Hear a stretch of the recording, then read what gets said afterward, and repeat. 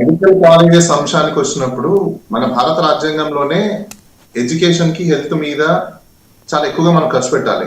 Even world కూడా మనకు recommend చేసింది ఏంటి అంటే జెనీవా కన్వెన్షన్ తర్వాత నుంచి కూడా మోర్ దెన్ 6% మనము ఎక్స్పెండిచర్ పెడితేనే ఈ బేసిక్ నీడ్స్ మీద పెట్టినప్పుడు డెఫినెట్ గా హ్యూమన్ క్యాపిటల్ అనేది ఎక్స్పాండ్ అవుతున్నది కామన్ గా తెలిసిన విషయమే మనకు. అలాంటిది ఇప్పుడు కాలేజీలు కట్టలేదు, చేయలేదు, లేకపోతే గవర్నమెంట్ కాలేజ్ ని పీపీపీ మోడల్ కి తీసుకెళ్తున్నాము అంటే first of all PPP model అంటే ప్రతి ఒక్కరు తెలుసుకోవాలి. ఏదో వాళ్ళకి తెలిసినంత భాషను చెప్పడం కాదు. పీపీపీ మోడల్ ఏంటి అంటే ప్రైవేట్ ఇన్వెస్ట్మెంట్ జరగాలి, దాంట్లో పబ్లిక్ కూడా షేర్స్ ఇన్వాల్వ్మెంట్ ఉండాలి, గవర్నమెంట్ కూడా పార్ట్నర్షిప్ అనేది ఇస్తుంది. That is called PPP. అలాని గవర్నమెంట్ ఇన్వెస్ట్మెంట్ చేసి గవర్నమెంట్ కాలేజీలను కట్టి గవర్నమెంట్ కన్స్ట్రక్షన్స్ అయిపోయిన తర్వాత బిజినెస్ చేసుకోవడం కోసం ఇచ్చేదాన్ని పీపీపీ అనరు. ఇట్ ఈస్ నథింగ్ బట్ అన్న ప్రొపగేటివ్ అంటారు. It's nothing but quid pro quo. అది కాలేజ్ వాళ్ళు కట్టి గవర్నమెంట్ ల్యాండ్ తీసుకొని ఇయర్స్ టుగెదర్ దాన్ని నడిపేంత వరకు ఇస్తే that is called PPP.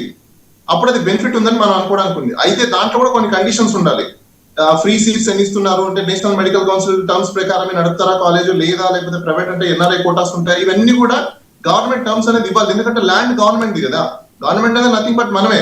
So అలాంటి గవర్నమెంట్ ప్రాపర్టీని ఈ రోజు కొంతమంది చేతుల్లోకి వెళ్ళిపోతుంది అంటే డెఫినెట్ గా ప్రతి ఒక్కరు కూడా దాన్ని ప్రశ్నిస్తారు. ఎందుకంటే అక్కడ మీకు ఎగ్జాంపుల్ నేను చిన్న ఎగ్జాంపుల్ చెప్తాను. లాస్ట్ అకాడమిక్ ఇయర్ లో ఒక అబ్బాయి ఎన్ఆర్ఐ కాలేజ్ లో సీట్ కావాలి అతనికి. బికాస్ ఎందుకంటే బాలగారు ఓకే, ఇది చాలా రోజులు పెట్టి అవుతున్న అంశం అండి. నేను అనేది ఏంటంటే జగన్మోహన్ రెడ్డి గారు నిరాహార దీక్ష దీన్ని ఎంచుకోవడం అది ఎలాంటి వ్యూహం? అది 3.5 సంవత్సరాలు ఎన్నికల టైం ఉండగా ఒకటి పొలిటికల్ సినారియోలో ఎప్పుడు ఎవరు ఏ విధంగా వ్యూహాలు వేసుకుంటారు అనేది దేని మీద డిపెండ్ అయి ఉంటుందంటే అక్కడ ఉన్న ప్రజల యొక్క ప్రశ్నించే ప్రశ్నల్ని బేస్ చేసుకొని ఉంటుంది. ఈ రోజు విద్యా వైద్యం అనేది కంప్లీట్ గా ప్రైవేటీకరణ అయిపోతుంది కాబట్టి ఈ పొలిటికల్ సినారియో తీసుకోవడంలో ఎటువంటి సందేహం లేదు. అది జగన్మోహన్ రెడ్డి గారు ఆల్రెడీ దాన్ని ఒక ప్రత్యేకంగా తీసుకున్న అంశం కాబట్టి, అంటే ఎడ్యుకేషన్ హెల్త్ దాని మీద పబ్లిక్ డైవర్షన్స్ కంప్లీట్ జరిగిపోతుంది కాబట్టి, అంటే ప్రైవేట్ ఇన్వెస్ట్మెంట్స్ వస్తున్నాయి కాబట్టి ఆయన దీన్ని పొలిటిసైజ్ చేస్తున్నారు. అది ఏ పొలిటికల్ పార్టీ గతంలో ఇప్పుడు మీకు టీడీపీ పార్టీ ఉంది, లేకపోతే ఈ మన జనసేన పార్టీ ఉంది, లేకపోతే బీజేపీ పార్టీ ఉంది. ఈ ముగ్గురు కూడా వాళ్ళు చేసే కొన్ని అంశాల మీద ఇప్పుడు ఎగ్జాంపుల్ మనం తీసుకున్న వెల్ఫేర్ స్కీమ్స్ ఉన్నాయి. వాళ్ళు ఏమన్నారు, వెల్ఫేర్ స్కీమ్స్ ఎవరు జోబుల్లోంచి ఇస్తున్నారా, వాళ్ళ ఇంట్లోంచి తీసుకొచ్చిస్తున్నారా, ఇది మన రైట్ కదా. ఈ రోజు వీళ్ళు కూడా అదే కదా.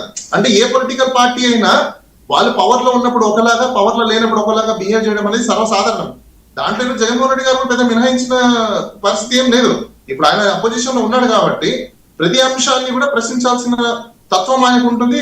అది పొలిటికల్ ఒక ఎజెండా కాబట్టి ఆయన అదే పని చేస్తున్నారు. ఇప్పుడు అది ప్లేసెస్ ఎంచుకోవడంలో ఇంకోటి కావచ్చు, క్రౌడ్ ఎక్కడైతే ఉంటే అక్కడ రాజకీయ వ్యూహాలు వేసుకోవడం అనేది సర్వసాధారణం. ఇప్పుడు ఏ అంశం వచ్చినా, ఇప్పుడు మీరు సపోజ్ మెడికల్ కాలేజ్ తీసుకున్నారు, మెడికల్ కాలేజ్ అంశం తీసుకోండి, లేకపోతే ఫీజెస్ ఇప్పుడు ఇంకా కొత్తగా ఎంప్లాయీస్ కూడా వస్తారు రోడ్ మీదకి, ఆ అంశాలు కూడా బయటకు వస్తాయి. ఎందుకంటే గతంలో వైసీపీ ఉన్నప్పుడు కూడా ఎంప్లాయీస్ రోడ్ మీదకి వచ్చారు.